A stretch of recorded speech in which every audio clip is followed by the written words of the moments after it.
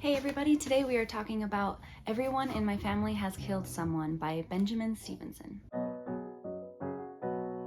This is a murder mystery, and as you probably know, I have read quite a few murder mysteries, mainly the Hannah Swenson murder mysteries.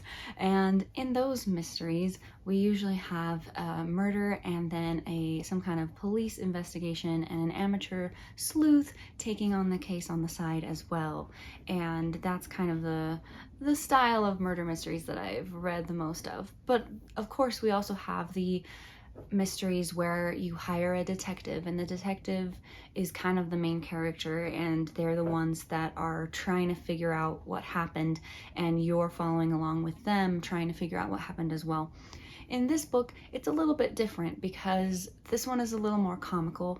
It has a different kind of writing style. The main character, who insists that he's not really the main character, but he just happens to be the one who's telling this story, but that doesn't mean that he's the main character. So it's kind of a play like he will kind of break the fourth wall sometimes by saying reader, and directly talking to you as you are reading, and he will tell us like, oh, I'm gonna always tell the truth, I'm not gonna mislead you, and I'm gonna do this and that. And so sometimes in the middle of explaining something that's going on, he might kind of break the moment for a second to be like, now you might be wondering why this just happened when I said earlier that this wouldn't happen, but let me explain. And so anytime that he kind of breaks his own rules, he will explain away the reason why he broke the rule. And I actually didn't mind that at all.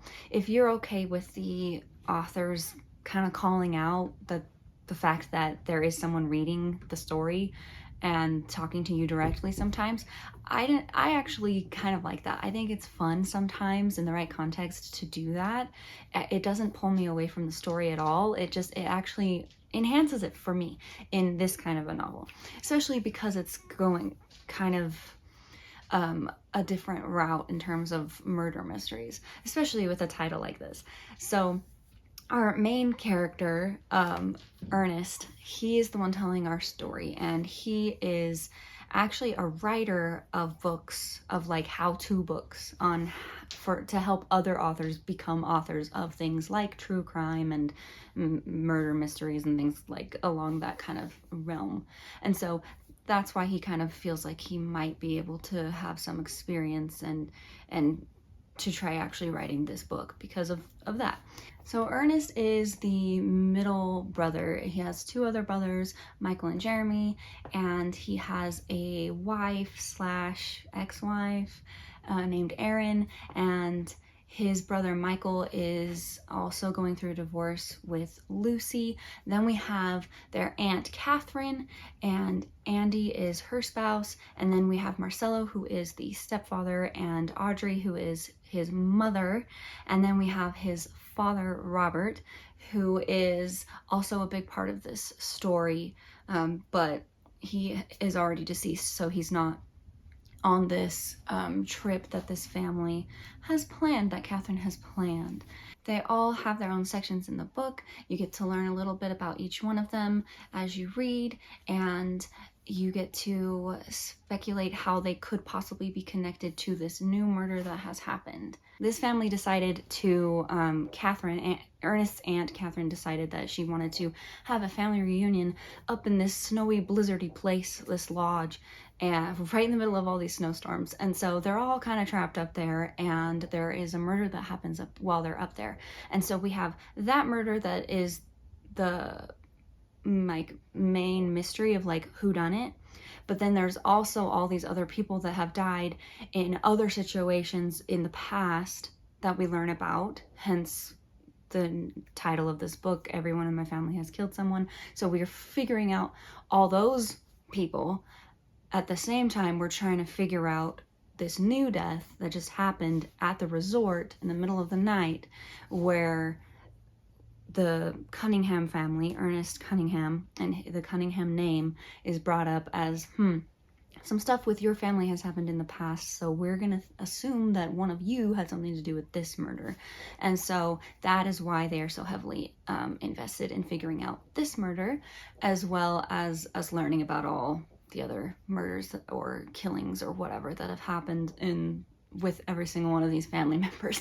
So there's kind of a lot here. A lot of times the things that you're trying to figure out will be revealed a lot later, and so you have a ton of things to speculate about.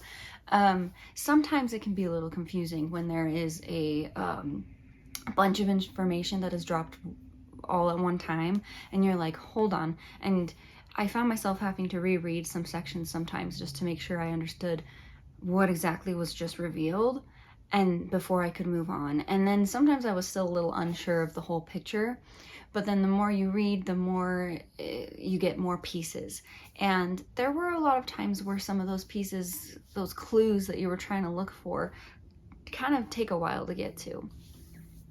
And so that can be, and that makes it a little different than your typical murder mystery where you have some clues that are a little more obvious that they are clues, and then you can go back to them and be like, oh, and you can start to kind of figure it out on your own. This one was a little harder to figure things out on your own without Ernest kind of giving you more information. And then once he gives you the information, it's like you don't really have time to process it before he just tells you what the answer is. So there's a little less of the figuring it out yourself thing in this book, I felt like.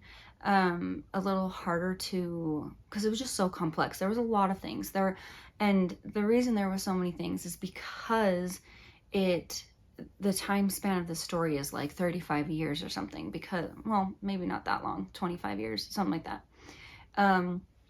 And it's because somebody died like 20 plus years ago, and 3 years ago someone decided to bring up that 20-year-old murder and kind of bring it back to light and ask for money for information about that. And then so then you have that, and then one of our characters goes to jail, and during those 3 years, and then we're in present time. So there's stuff that we learn about that's 3 years in the past that's connected to something from like 20 years in the past. So we have a lot of stuff that's like, okay, wait, where did this come from? Was this 3 years ago, or was this 20 years ago? How is it connected? So that's why it can get kind of complex. It's all very interesting, and there's so many people involved that it might be helpful to write down the names on a piece of paper so that you can keep track of all of them if you're really wanting to dive deeper into this book as you read.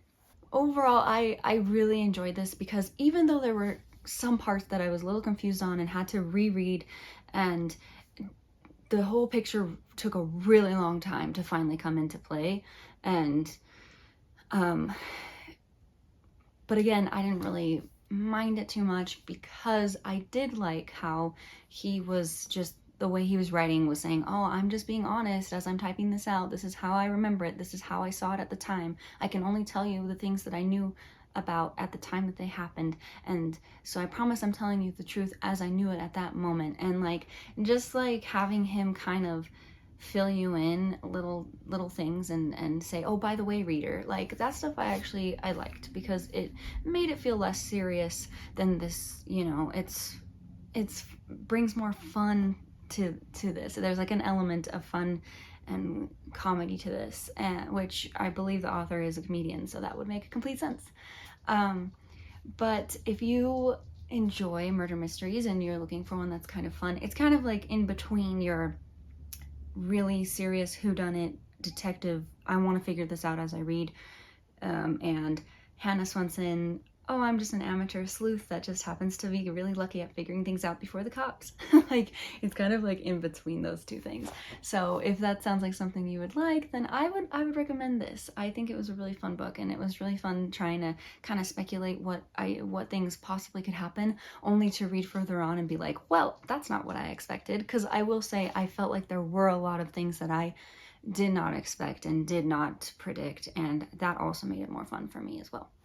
But anyways, thank you so much for watching. These are my thoughts. Please let me know if you've read this book and what your thoughts are on it as well. And yeah, thank you so much for watching. I appreciate you, and I'll see you in the next one. Bye.